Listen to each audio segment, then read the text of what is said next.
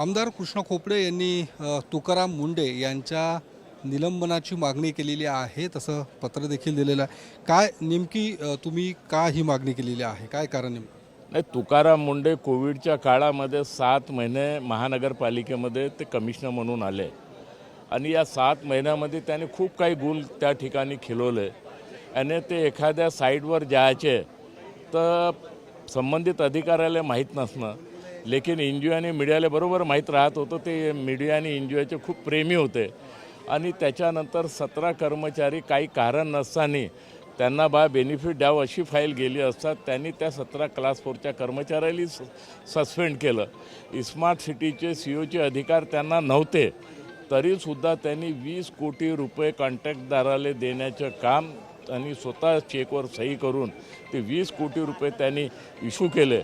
त्यावेळेचे महापौर संदीप जोशी आणि सत्तापक्ष नेते संदीप जाधव यांनी पुराव्यासहित सदर पोलीस स्टेशनमध्ये तक्रार दाखल केली, FIR बी दाखल झाला। परंतु दुर्भाग्य आहे का त्यावेळेस अनिल देशमुख आपल्या राज्याचे गृहमंत्री होते, ते नागपूरचे होते, परंतु कारवाई झालेली नाही।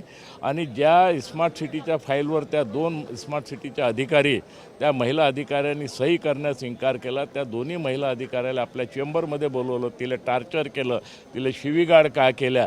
आणि महाराष्ट्राच्या इतिहासामध्ये पहिली घटना आहे का IAS अधिकाऱ्याच्या विरुद्ध 2 महिला कर्मचारी त्यांनी सदर पोलीस स्टेशनमध्ये तक्रार दाखल केली, FIR दाखल केला, परंतु सरकार त्यावेळेस दुसरी होती, त्याच्यामुळे ती ॲक्शन होऊ शकली नाही।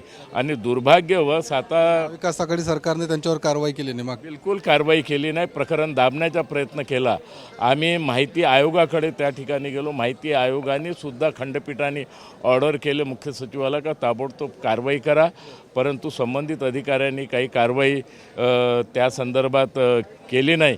आणि म्हणून मी आणि प्रवीण दटके आणि आम्ही लक्षवेधी लावलेली आहे आणि या संदर्भात ताबडतोब तुकाराम मुंडे यांनी निलंबित करावं, कारण हे यांनी टोटली बेकायदेशीर कार्य त्या ठिकाणी केलं आहे। आणि 20 ऑक्टोबरला जे शासनाने 2 लाईनचं पत्र काढलं आहे आणि त्याला 2000 पूर्वी जो CEO नव्हता त्या पदाला त्यांनी मान्यता दिली आहे, ही पहिलीच घटना या ठिकाणी आहे। आणि म्हणून सभागृहामध्ये आम्ही मुख्य सचिवाच्या मार्फत याची चौकशी व्हावी आणि तुकाराम मुंडेला डिसमिस करावं अशा प्रकारची मागणी करणार आहोत। धन्यवाद। तर तुकाराम मुंडे यांना निलंबित करावं अशी मागणी कृष्णा खोपडे यांनी केलेली आहे। सभागृहात तसं विनंती देखील करण्यात येणार आहे असं कृष्णा खोपडे यांचं म्हणणं आहे। कॅमेरामन रोहन पवारसह मी योगेश बोरसे, TV9 मराठी, नागपूर।